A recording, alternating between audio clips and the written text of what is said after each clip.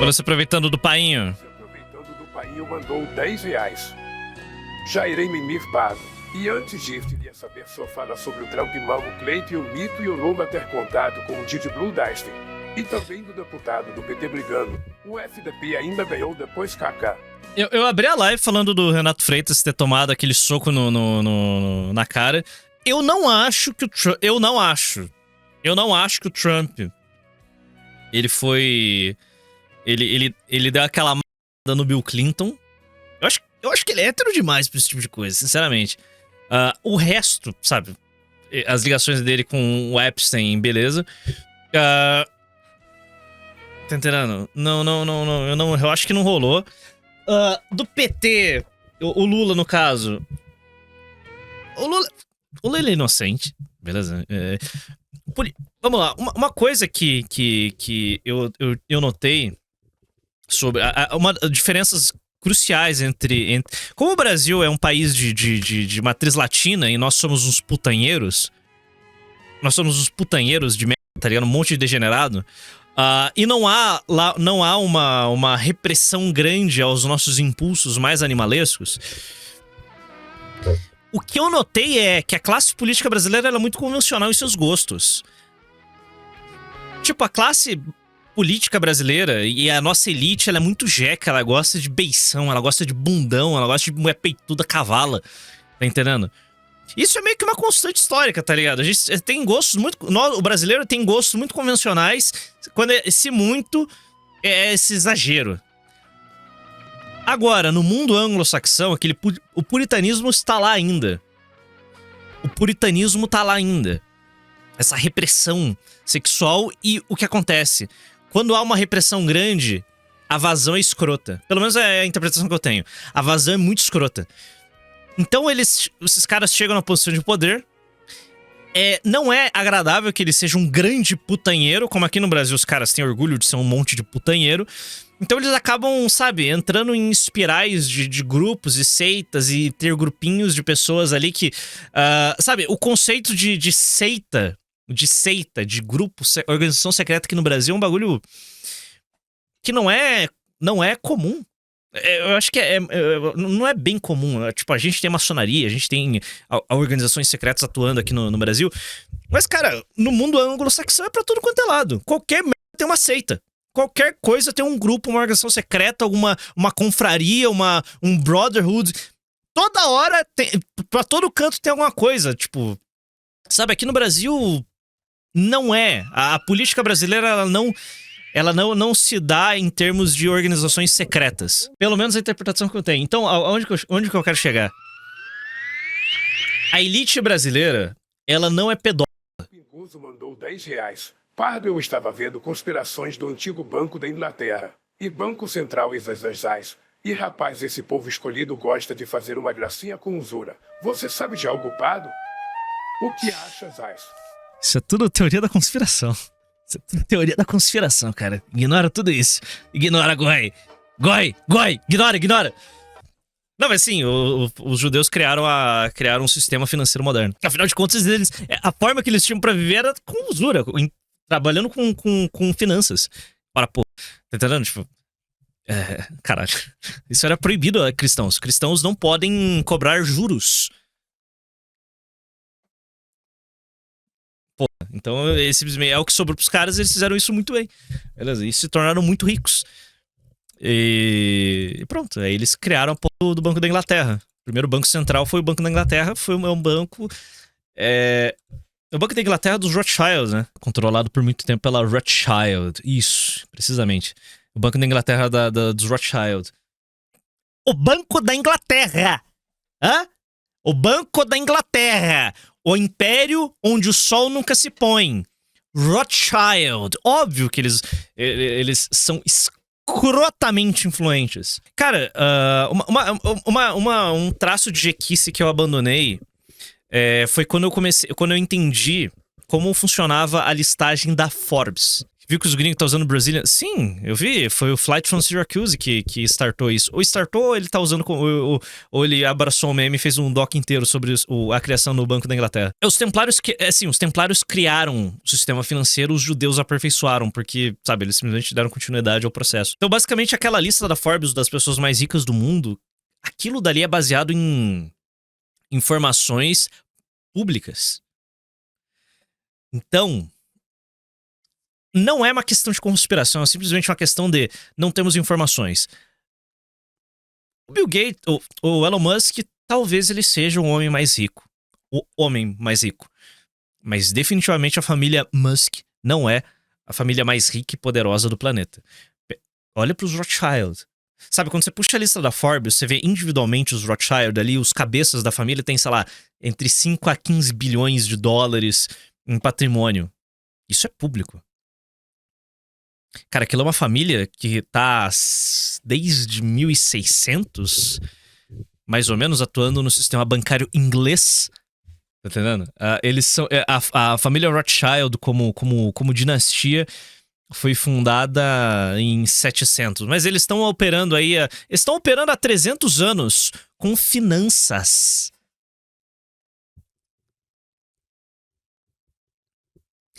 Só que o Musk é rico, não poderoso. Não, o Musk é poderoso. Ele não acho que ele é um jeca, pelo amor de Deus. Ele tá com o Peter Thiel, ele tá com a direita tech, sabe? As famílias, por exemplo, as famílias nobres europeias, os que perderam seus tronos, vocês acham que eles se tornaram pobres? Você acha que o poder dos Habsburgo virou pó? Você acha que o poder dos Hohenzollern deixou de existir? Dos Bourbon, dos Napoleão? Influência, eles têm berço, eles são nobres. Inclusive, a antiga nobreza alemã, ainda é extremamente influente dentro da Alemanha. Os Bragança no Brasil, bizarramente, eles não são, sabe? Eu não sei, realmente é um negócio, eles são meio jeca. Sabe? Eu não sei, sabe? Eu acho que é preguiça mesmo, sinceramente. Dito isso, os Rothschild são escrotamente poderosos. E a família mais poderosa do mundo e ponto. Mais de quase 400 anos aí de atuação no sistema financeiro europeu.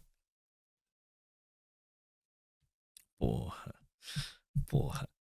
Os Petrópolis têm influência, os Vassouras são jecas. Os Braganças portugueses eu não sei, cara. Aí eu realmente não me aprofundei. Mas eu sei que os nobres na Alemanha ainda são muito influentes. Os nobres na Alemanha são muito influentes. Eles eram muito influentes. Cara, a antiga nobreza alemã, ela continuou sendo influente durante a República de Weimar. Ela continuou sendo influente durante o Terceiro Reich. E ela continuou sendo influente agora durante a República Federal e pós-unificação. Eles simplesmente são influentes. São pessoas de... Cara, são muitas conexões. É muito patrimônio acumulado. É muito patrimônio... Influentes no sentido, tipo... Sabe? Eles não são pobres. Sabe? Eles só perderam o trono. Sinceramente, pra sei lá, um Hohenzollern, não vale a pena o cara se tornar bancar a restauração da monarquia na Alemanha. Por quê? Vamos lá, rapaziada, vamos lá. Por quê? Porque caralhos... Vamos pro cenário brasileiro. Por que caralhos um Orleans e Bragança gostaria de restaurar a monarquia no Brasil?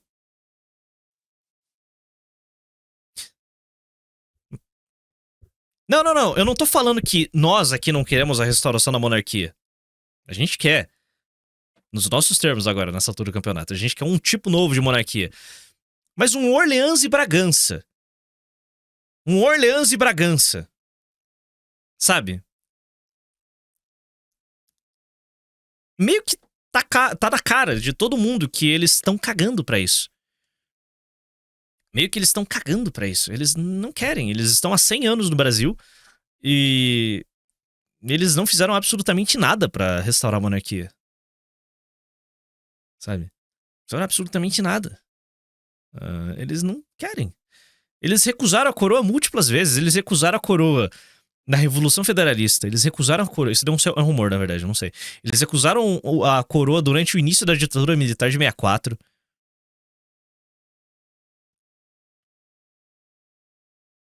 Eles só não querem, cara. Eles não. Eles nunca buscaram a porra da restauração. O cope deles é, não, queremos aclamação popular. Aclamação popular, mano? Aclamação popular? Direito de conquista, porra. Vocês perderam. Tipo, vocês perderam o trono. O Dom Pedro, ele entregou o trono de mão beijada. Ele não lutou pela porra do trono da filha dele. Ele não lutou pela herança da linhagem dele. Ele simplesmente abriu mão da porra do Império do Brasil. Ele se deixou ser derrubado. E aí? Que bosta, né? Então, sabe, não tem que ter aclamação popular pra restauração dos Orleans de Bragança. Eles não fizeram nada. Estão um século sem fazer absolutamente nada. Se houver um próximo monarca, ele vai ter que ser construído mais ou menos como Bukele. É isso. É um Bukele. O Bukele tem direito. O Bukele, por exemplo, ele tem legitimidade pra se autocoroar em algum momento da vida dele. Hoje ele tem. Ele fez por merecer. Hoje o estado hoje o El Salvador tá na mão dele. Sabe? Ele tem toda a legitimidade do mundo pra se coroar. Então, resumindo, o ponto desde que as repúblicas se tornaram padrão no mundo, desde 45, pós-Segunda Guerra, foi o momento que todas as monarquias foram pro caralho de vez. Mas o início da derrocada se deu ali no final da Primeira Guerra Mundial. Mas, sabe, desde então as monarquias vêm desaparecendo. As elites perderam qualquer tipo de responsabilidade. Os antigos nobres se tornaram meros burgueses. Então eles não precisam ter responsabilidade porque tem um puppet, tem um otário que vai assumir a pica, porque nada atinge eles. Tem uma frase que eu fico repetindo da bosta daquele documentário de merda da Petra Costa, o Democracia em Vertigem, que é o seguinte: ela fala assim: entra governo, sai governo, os empresários que frequentam Brasília são os mesmos. E é verdade. Qual que é a responsabilidade? Qual que é a responsabilidade que o Joesley tem? Nenhuma. Por exemplo, o Joesley, se oferecesse pra ele, Joesley, é o seguinte: o Brasil vai se tornar um império, você vai se tornar um duque e vai governar a província de Goiás com poderes reais.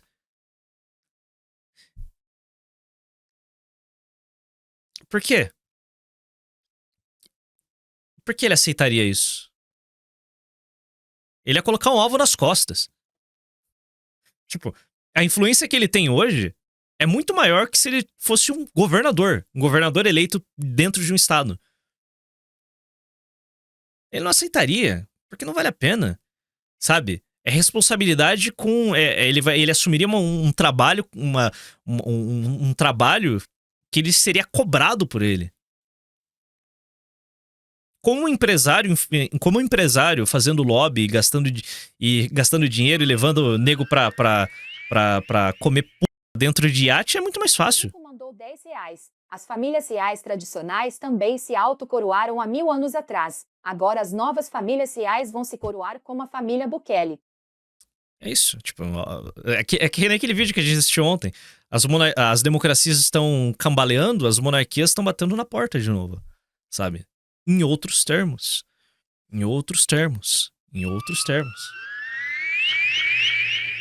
Valeu, consultor financeiro. Consultor financeiro do Lorde Vinheteiro mandou R$10? Tu viu que eu orientei o vinheteiro a botar 700k no Banco Master? Brinks à parte, nosso novo César tem que ser o Renan Santos. Prendeu, matou. Eu não sei. Eu não sei se o Brasil tem clima pra um César agora. Sabe, a nossa crise é muito recente, cara. Beleza, que a Sexta República tá se debatendo, tá entendendo? Mas eu não sei. Também não é foda eu ficar olhando pra história e tentar ver padrões ali. Mas que o padrão da história da República Brasileira é que a cada 40 anos a gente troca de Constituição. A cada 40 anos a gente troca de Constituição. Então, meio que é tic-tac, tá ligado? O que eu tava comentando ontem Basicamente, o que a gente precisa ganhar a porra da eleição no ano que vem é porque vai se abrir uma janela de oportunidade pra fazer muitas coisas. Pode ser que a crise de 27 seja o fim da Sexta República. Preto ou branco. E adicionou um link. Pardas.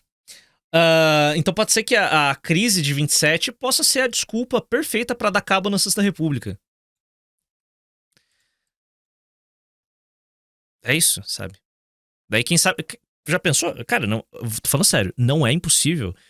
Não é nem um pouco impossível você começar a década de 30 com uma Constituição nova. Não é, cara. Tô falando sério, não é. Não é um absurdo. Não é nem um pouco absurdo. É uma oportunidade. É uma oportunidade que vai surgir. Momentos de crise criam essas janelas de oportunidade. De forças revolucionárias aí que poderiam chegar ao poder e tocar o puteiro e talvez se aproveitassem disso, o Lula, claramente, o Lula e o PT claramente vai se aproveitar dessa oportunidade. Tá muito claro o que eles querem fazer. Eles querem centralizar as polícias do Brasil no governo federal. Pode ser. O outro plano é se fechar em bloco com o Supremo Tribunal Federal. Não se esqueça, o Lula vai ter 3 indicações. O próximo presidente da República vai ter 3 indicações no Supremo Tribunal Federal. 3 indicações. Isso vai gerar maioria do PT no Supremo. Se eu não me engano, tirando os dois do Bolsonaro e o Xandão, todos os ministros serão indicados por petistas. Lula e Dilma. É isso que você quer? Porque daí fecha o Supremo em bloco com o Executivo, o Legislativo deixou de existir. O Legislativo, de fato, acaba. O Legislativo não vai ter mais função. Porque outra coisa, o Renan falou isso em live, então não é insight meu, é coisa que saiu do Renan. Ou foi do Bisotto? Agora eu não lembro. Agora eu não lembro qual dos dois. Mas é basicamente um dos dois falou isso daí, que é o seguinte... Lula 4, ele indica ele fecha os mais 3 ministros pro Supremo Tribunal Federal, fora o Barroso, fora o substituto do Barroso que ele já vai indicar, que provavelmente vai ser o Bessias.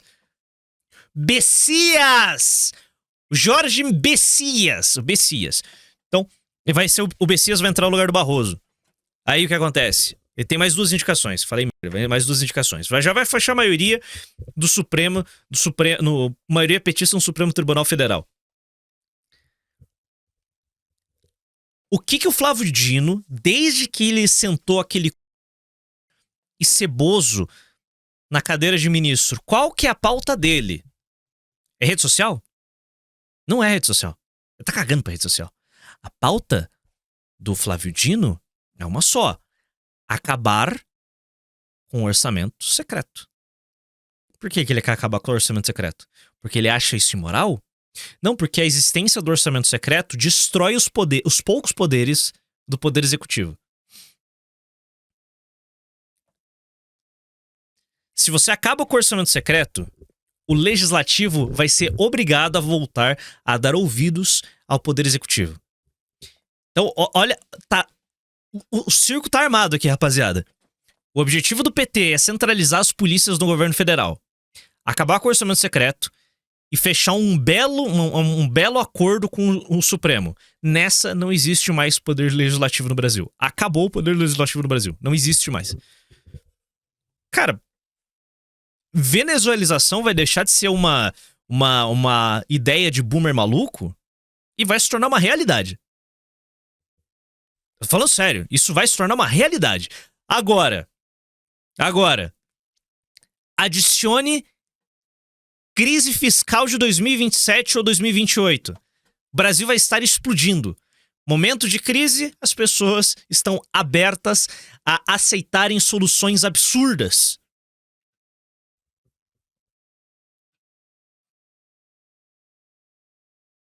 cenário tá dado. O que o PT vai fazer sabe, tá sendo sendo apresentado na nossa cara. Tá muito claro o que o PT quer fazer. O PT vai centralizar muito poder nas suas mãos e, cara, eles não são burros. Então, o que o PT vai fazer é o que eu entreguei pra vocês. É exatamente isso que o PT quer fazer. Vai centralizar muito poder nas mãos e venezuelização realmente se torna uma realidade. Bolsonarismo. Cara, eles passaram 4 anos no poder. Não fizeram nada. Bolsonaro não fez porra nenhuma em 4 anos no poder. Tentou um golpe de Estado, tomou um abafa dos americanos. Sim, houve interferência americana nas eleições. Houve. O Barroso comemorou, o Barroso elogiou os americanos pela interferência nas eleições de 2022. Então, beleza. Os bolsonaristas não vão conseguir fazer porra nenhuma, porque eles operam na lógica centrônica. E eles estão completamente fragmentados. Então, uma eleição, por exemplo, do Flávio, é entregar para um idiota.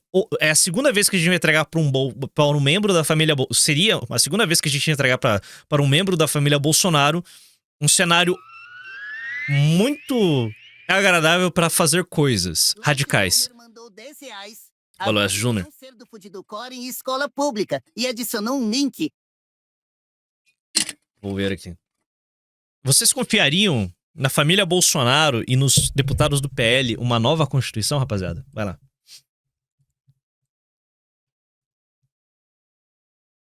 Vai. Uma Constituição neoliberal judaico-cristã? Mas, vamos lá, sendo sinceros, o bolsonarismo não vai fazer... O bolsonarismo, como nome, não vai fazer parte da eleição no ano que vem, vai ser o Tarcísio ou qualquer outro idiota que tá lá mamando a família pra tentar conseguir garantir um apoiozinho. Então, onde eu quero chegar? O plano do PT, ele é satânico e não vai acontecer dessa vez se o bolsonarismo acabar. Porque a eleição de 26 é o fim do bolsonarismo. Beleza, a eleição de 2026 é o fim do bolsonarismo. A eleição de 2026 é o fim do bolsonarismo. Talvez, mesmo que o Barba vença, o bolsonarismo estará tão fragmentado, principalmente se o Bolsonaro sobreviver à eleição no ano que vem, se ele ainda estiver vivo, mal, mas vivo, para a eleição no ano que vem, e ver todo o seu campo político balcanizando, toda a direita bolsonarista majoritária balcanizando, Partido Novo... Cara, o maior vencedor da destruição do bolsonarismo é Partido Novo, Partido Missão. Partido Novo, por ser a nova casa dos bolsonaristas raiz, Missão, por simplesmente, o nego vai olhar pro bolsonarismo e falar, isso é uma merda. Basicamente, vão ser os dois vencedores. É isso, como bloco de direita. Porque o que sobrar do bolsonarismo, o pessoal do PL dentro os hoje bolsonaristas dentro do PL, tipo Nicolas, a facção do Nicolas, eles são centrão já. Eles já foram completamente corrompidos pelo espírito centrônico de montar... É isso, eles operam na lógica de centrão. Então eles não são mais direitistas como a gente vê direitistas. Eles são só centrão. Então eles vão virar deputados do centrão genéricos, sabe? Vão edinaldar. Beleza. Detone eu acho que vai pro Novo. Então, os bolsonaristas que forem pro Partido Novo, eles são direitistas, sabe? Ponto. Eles são direitistas. Eles vão carregar o legado do Bolsonaro pro Partido Novo. Quem continuar no PL, pós 26, é só centrão. Essa é a visão que eu tô tendo. Beleza. Então, Campanholo talvez... Toda essa galera aí, essa galera ideológica de rede, tem todos os motivos do mundo pra ir pro Novo. Então, é isso. Pelo menos é o que eu vejo. Pelo menos é a forma que eu tô enxergando essa balcanização da direita. Mas resumo da ópera. É uma cagada. Se o Tata Prudências ganhar, é uma oportunidade que a gente vai perder. Que ele vai fazer uma gestão de crise. Ele vai. O Centrão, sabe, vai ter uma vitória absurda. O Centrão vai ter uma vitória... Mas eu tava falando do cenário do Barba. Mesmo que o Lula ganhe, ele vai estar tentando tocar essa agenda de centralização de poder dentro do poder executivo. Então, o cenário em que o Barba vença, O pessoal do Partido Novo, eles são razoáveis. Eles são razoáveis. Eu acho que a galera ali, esses bolsonaristas que comem de garfo e faca, são os grifters de merda, mas eles comem de garfo e faca e provavelmente vão migrar pro Partido Novo. Talvez dê pra negociar com esses caras aí. Talvez dê pra negociar com talvez dê pra dialogar com eles. O Centrão não tem incentivos pra bater de frente com a porra do PT centralizando o poder. E Centrão, agora eu já tô jogando o Nicolas no colo do Centrão. Sei lá, mano. Sei lá o que vai acontecer. Mas talvez, com a destruição do bolsonarismo, a centralização, a centralificação do PL de forma definitiva, Nicolas e todos os novinhos ali, esses bolsonaristas puros sangue ideológicos e do Partido Novo e um fortalecimento da missão, sabe, fazendo, sei lá, 20 deputados, talvez exista resistência como oposição ao plano do PT de centralizar poder e transformar o Brasil realmente, dessa vez, numa Venezuela. Se ele vencer. Se o Lula vencer, talvez dessa vez exista oposição. Talvez. Porque a gente já tá indo pro 4º ano em que o bolsonarismo tá pedindo anistia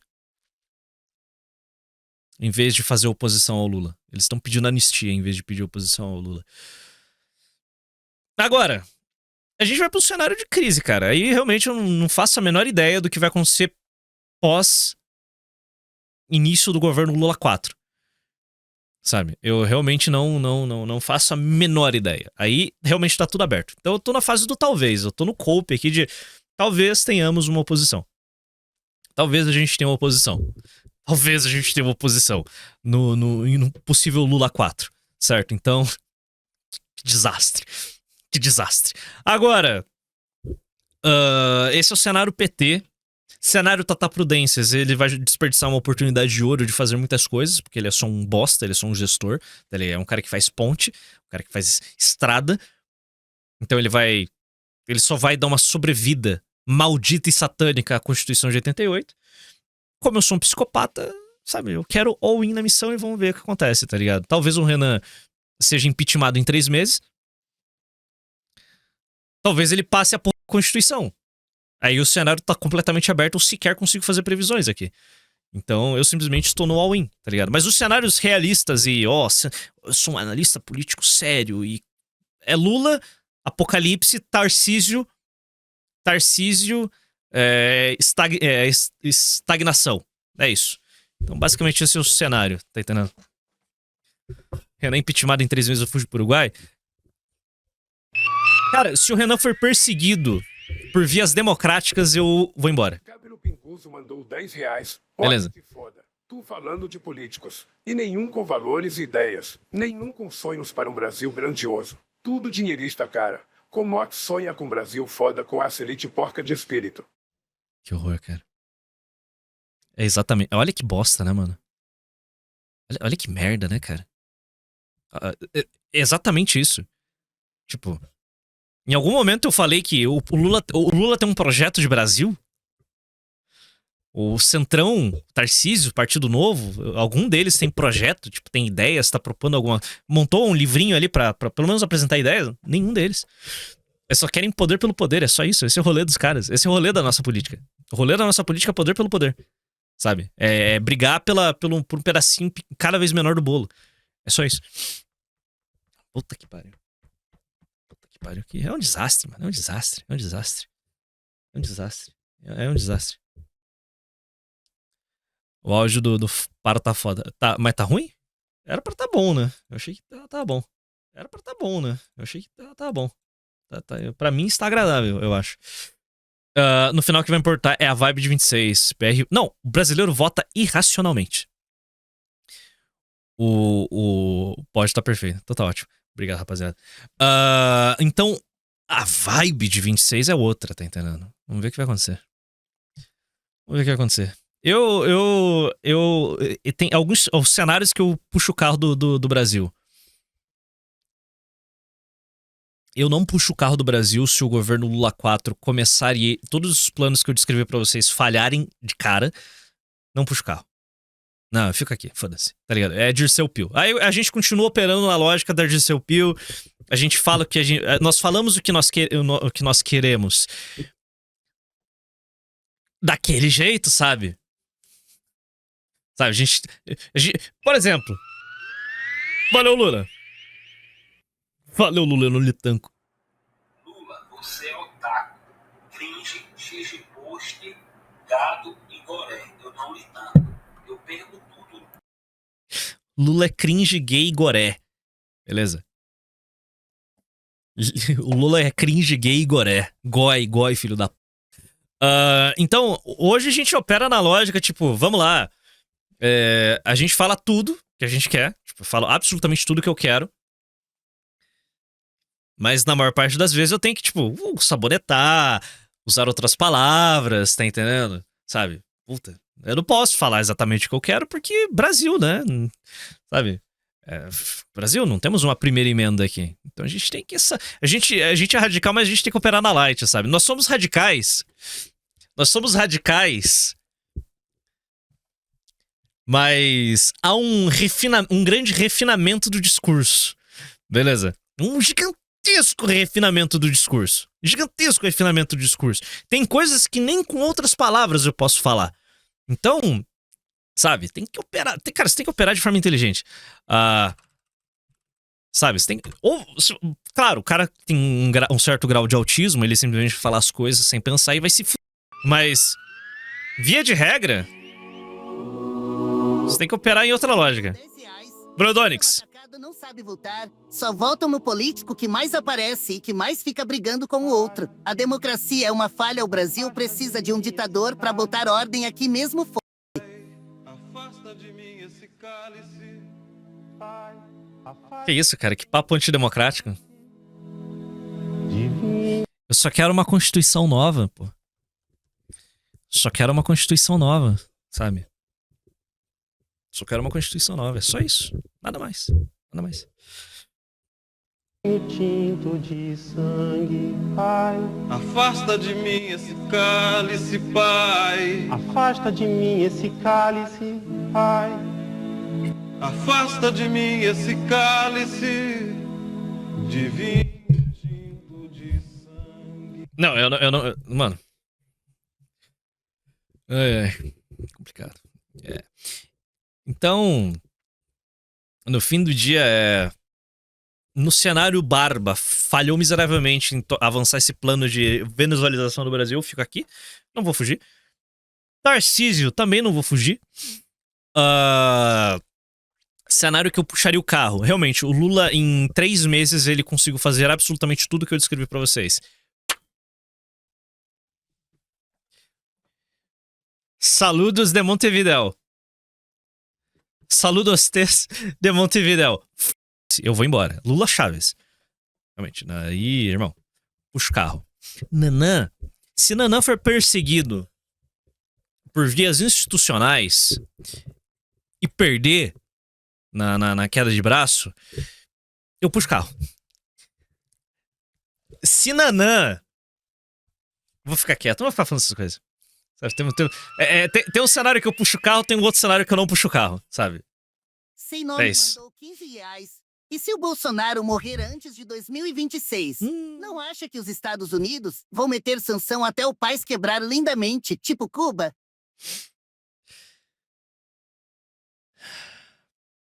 Eu acho que não. Eu acho que a gente não vai tomar sanção, mas eu acho que vai rolar de regime change. Vai rolar, não. Segundo o Bisotto, já a mudança de regime já começou. Eu gosto das análises do Bisotto quando ele fala de regime change, sabe? Já tá a interferência americana já começou. O segundo Bisotto, e eu não tinha tido esse insight, eu gostei da tese dele. O Supremo Tribunal Federal não avançou em nada desde a Magnitsky, explicando o que é se avançar. Ninguém mais, nenhuma outra pessoa foi adicionada ao inquérito das fake news. sabe? Apenas os processos que já estão correndo tiveram continuidade. Então esse processo meio que já começou. O governo petista tá negociando com o Trump. O governo federal está negociando com o Trump. Houve recuos de Washington. As coisas estão mudando. Pode ser. O Bisotto ele fala. Possivelmente, o governo americano está deixando uma saída honrosa pro PT. Uma saída honrosa pro PT perder as eleições e ficar quieto. E largar o governo brasileiro na mão de um direitista alinhado aos Estados Unidos. Qual governo direitista? Qualquer um. Pode ser um Bolsonaro, porque o Eduardo tá lá batendo na porta do Trump o tempo todo. Ou Tarcísio, ou Renan. Algum direitista, não importa qual direitista. Na mão de. Larga o governo brasileiro na mão de um direitista e. Sabe, é isso. Mas a cabeça do Alexandre de Moraes tem que ser entregue. A cabeça do Alexandre de Moraes tem que ser entregue numa bandeja pro governo americano. Porque ele é um problema pro governo americano. Então. É isso. Se o Bolsonaro morrer antes de 2026, é um desastre. Primeiro, porque o capitão morreu, né? Todo mundo aqui vai ficar triste, sabe? Sabe? A gente não odeia o Bolsonaro o suficiente. É foda, é foda. A gente não odeia o Bolsonaro o suficiente. Mas, politicamente falando, ia ser um desastre porque esse monte de grifter dentro do bolsonarismo vai sair ileso da balcanização. O Nicolas, por exemplo. O Nicolas, ele está há 3 anos. Ele tá há 3 anos esfaqueando o capitão. Ele tá há 3 anos ali, ó. Traindo o Bolsonaro dia após dia. Criando intriga atrás de intriga. Tentando fuder com a família. Sabe, ele tá lá. Quietinho. Por que os Bolsonaros não reagem? Primeiro, porque são fracos. Eles são pessoas... Eles operam numa lógica muito feminina de fofoquinhas, de declarações de bastidores, sabe? Eles são muito, muito femininos.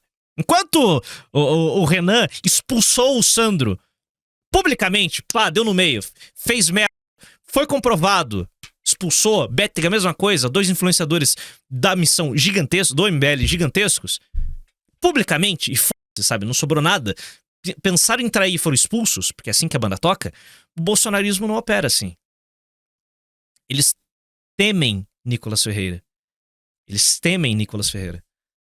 Então, eles simplesmente deixam cobra se criar dentro de casa, em vez de sacrificar. Sabe? São os bostas. O ponto é, 26 vai escancarar pra todo mundo o que está acontecendo. Porque as pessoas não acompanham política, rapaziada. Nós somos...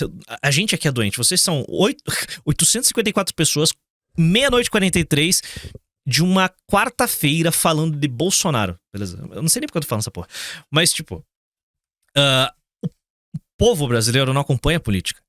O público brasileiro não acompanha política. O público brasileiro só vai começar a acompanhar política em junho do ano que vem.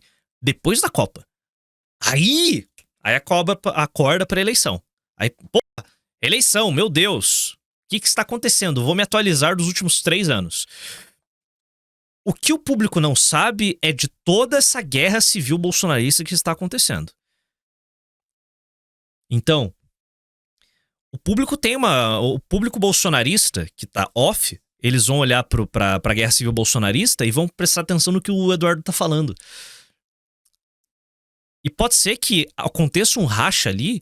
E o lado fraco dessa disputa não é o Nicolas. Não é a família, é o Nicolas.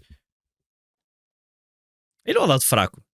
Ele é uma bichona, ele é um influenciador, ele não tem militância. Quem tem militância é a família Bolsonaro, certo? Então, pode ser que chegue a eleição, aconteça um racha. O Partido Novo, eu tô falando isso há meses. O Partido Novo é a casa perfeita pro Eduardo Bolsonaro ser candidato a presidente. Qual que é o loss do Partido Novo ao lançar Eduardo Bolsonaro presidente da República? Por mais que ele entre, a candidatura dele seja cassada. Não, ele perde. Talvez eu não sei nem se ele perde, mas tudo bem. Só não há loss nenhum. Para o Partido Novo é apenas win. Temos um Bolsonaro com uma chapa de bolsonaristas que comem de garfo e faca, muito ideológicos. Cara, se o Eduardo Bolsonaro for candidato pelo Partido Novo, o Novo faz 50, 80 deputados federais, cara. É a casa perfeita pra ele. Ah, o Lula vai ganhar a eleição? Ganha. Óbvio que vai ganhar. Mas, não, a bancada de deputados não é impugnada. É só a candidatura do presidente. Só Eduardo que seria impugnado. Mas pensa no cenário. Tô falando pra vocês pensar no cenário. Eduardo sai pelo Novo. Novo faz 40, 50, 80 deputados bolsonaristas. E o PL acontece o quê? O PL implode. O PL afunda junto com o Nicolas. Só que é o Partido Novo. O Partido Novo vai sacrificar a família Bolsonaro, porque a família Bolsonaro é um problema. Eles são um asset ruim, sabe? Essa aventura do Eduardo seria uma aventura do Eduardo. Ele quer ser candidato a presidente. Então, e outra, pode ser que o Eduardo não tenha essa força toda, a família não tem essa força toda que eu acho que eles têm, e o Novo faça 20 deputados e o PL reduza de tamanho, porque houve esse racha do público bolsonarista, porque essa galera disputa pelo mesmo voto, e um certo partido que surgiu agora se aproveite de toda essa briga idiota que eles estão... Enquanto eles estão se matando por um bolo, um outro partido pode se aproveitar dessa briga deles e ganhar muito espaço, que é o que eu acho que vai acontecer. Então essa guerra, a guerra civil bolsonarista vai dar cabo na porra do bolsonarismo, né? como ideia, sabe? Vai dar cabo, vai encerrar essa porra, sabe? Não há unidade nessa merda desse bloco. Não vai ter hostile takeover da missão, porque a missão não vai abrir espaço pra bolsonarista. Ponto. Não vai abrir espaço pra bolsonarista. Isso não vai acontecer. O hostile takeover que pode acontecer no Partido Novo. Eles estão abrindo as pernas pra tudo que é bolsonarista. Certo? Então... sei lá. Eu vejo dessa forma. Acho que vai dar merda. Dito isso, se o Bolsonaro morrer antes de 26... tudo isso esquece. Não vai ter guerra civil bolsonarista. Os irmãos, a família Bolsonaro vai ser trucidada. O Carlos e o Eduardo vão ser varridos pra debaixo do tapete. O Nicolas vai assumir a bandeira de... Sou eu defendo o Bolsonaro, ai! Eu defendo o Bolsonaro, ai! Vota no PL, ai! Olha esse hipocrisia da esquerda! É o Lula, é a esquerda! Tem que combater a esquerda! É o Lula! É isso aí, pronto. Só win. Aí vai ser a foto. O Bolsonaro, herói, morreu perseguido. Yeah. Mano, aí não existe loss na candidatura. O loss vai ser da família. A família se fudeu. Porque o Nicolas, sabe, eles vão se aproveitar, porque não vai ter a menor possibilidade do capitão entrar em campo ali e dar no meio do Nicolas. Porque, pasmem, hoje... os cancelamentos tocados pelo Eduardo e pelo Carlos não tem mais efeito. O Bolsonaro vira mártir se ele morrer antes das eleições. O sonho molhado do PL é o Bolsonaro morrer amanhã, que daí resolveu um problema pra eles. Então hoje a gente depende do capitão. Hoje, a facção política que mais torce pela sobrevivência como homem de Jair Messias Bolsonaro é Partido Missão. Porque se o Bolsonaro fica vivo e passa a eleição, a missão se aproveita. Porque eles estão se matando lá e pronto. E é isso. Hoje eu torço pela saúde de Jair Messias Bolsonaro. Não que pra ele voltar pra disputar a eleição no ano que vem. Sequer ele tem condição física de fazer isso. Mas eu torço. Aguente, capitão. Capitão. O Brasil precisa de você, capitão. Fique vivo, capitão. Fique vivo. Fique vivo e veja diante de seus olhos todo o seu bloco se liquefazendo, beleza? A gente só precisa disso. A gente precisa que você fique vivo para o seu campo político inteiro colapsar e que a gente se aproveite dessa destruição. É isso. Então, capitão, aguente, capitão. Eu desejo saúde ao excelentíssimo capitão. que acontece se o Barba morre antes de 26? Cara, se o Barba morrer antes de 26, eu vou... Vocês só vão me encontrar daqui um mês! Foda-se. Nossa, mano, nossa, imagina o Barba morrendo, cara! Nossa senhora! Cara, vai ser a maior alegria da minha vida.